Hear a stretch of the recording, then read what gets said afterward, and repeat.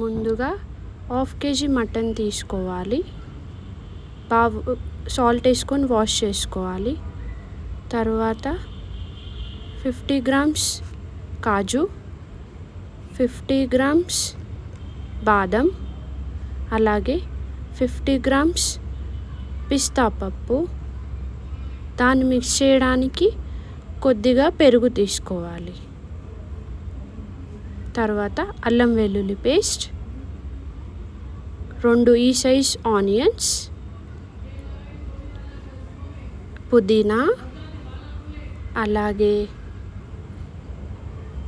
కొత్తిమీర, తర్వాత మిరియాల పొడి 2 tablespoons, 1 నిమ్మకాయ, గరం మసాలా, యాలకులు, మిరియాలు, ఇలాచి, సాజీరా,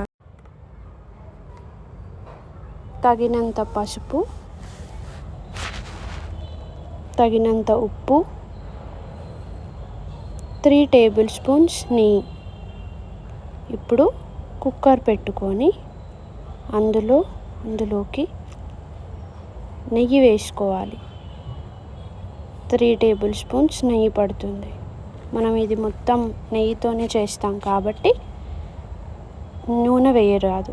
అలాగే 2 ఆనియన్స్ కట్ చేసుకున్నవి వేసుకొని ఇలా ఎర్ర రంగు వచ్చేంత వరకు వేయించుకోవాలి. ఇలా వేగిన దానిలోకి మనం ఇప్పుడు ఇందాక రెడీ పెట్టుకున్న మసాలాలు యాడ్ చేస్తున్నాం. హోల్ మసాలాస్ అన్నీ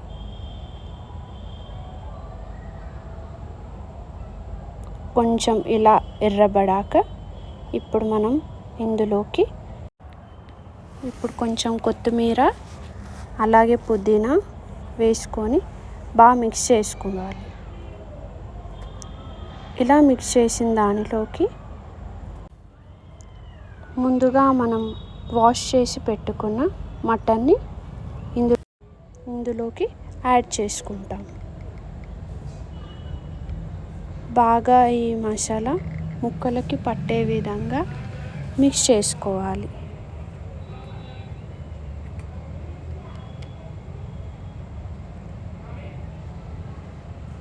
ఒక 2 నిమిషాల పాటు ఇలాగే కొంచెం మగ్గిన తర్వాత దీనిపైన మనం ఇప్పుడు లిడ్ క్లోజ్ చేసుకొని టోటల్గా 4 to 5 విజిల్స్ వచ్చేంత వరకు వెయిట్ చేయాలి.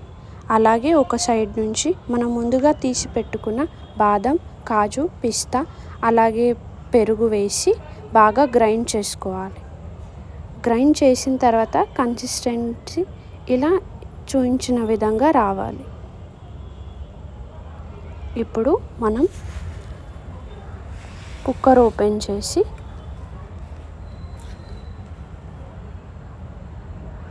చూసారా, ఇప్పుడు బాగా ఉడికిపోయింది. మటన్ పూర్తిగా ఉడికిపోయింది. ఎక్కువసేపు పెట్టకండి, మాడిపోతుంది. ఇప్పుడు మనం ఇందులోకి ఇందాక పేస్ట్ చేసి పెట్టుకున్న కాజు, బాదం, పిస్తా పేస్ట్ని ఇందులోకి యాడ్ చేస్తాము.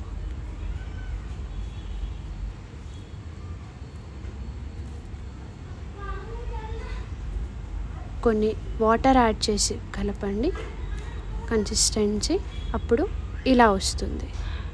ఇప్పుడు లిడ్ క్లోజ్ చేసి ఒక 5 to 10 minutes అలాగే లో హీట్ పైన పెట్టుకున్న తర్వాత తగినంత ఉప్పు వేసుకొని ఇప్పుడు 10 glasses ఆఫ్ వాటర్ని ఇందులోకి యాడ్ చేసుకోండి.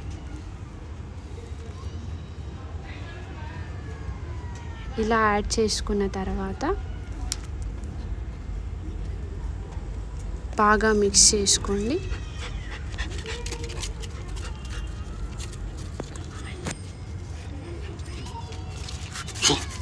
ఇప్పుడు కొద్దిగా టేస్ట్ చూడండి. ఇందులోకి ఉప్పు, కారం అన్నీ కరెక్ట్గా ఉన్నాయేమో చూడండి. ఇప్పుడు కొద్దిగా మిరియాల పొడి తగినంత. ఇందులోకి మనం కారం యాడ్ చేయట్లేదు, సో ఓన్లీ మిరియాల పొడి. ఇప్పుడు ఫైనల్గా కొంచెం పుదీనా కొత్తిమీర వేసి మిక్స్ చేసుకొని లిడ్ క్లోజ్ చేసి మరి కొన్ని నిమిషాలు అలాగే ఉంచండి. సో ఇప్పుడు మటన్ మరగ్ సూప్ కంప్లీట్గా రెడీ అయిపోయినట్టే. ఇంత ఈజీ ప్రాసెస్ని మీరు కూడా మీ ఇంట్లో ఒకసారి ట్రై చేసి చూడండి. మీరు కూడా ఒకసారి ట్రై చేసి ఎలా వచ్చిందో నాకు ఒకసారి కామెంట్ సెక్షన్లో కామెంట్ చేయండి. మీకు గనక ఈ మటన్ మరగ్ సూప్ నచ్చినట్టయితే please like, share and subscribe to my channel.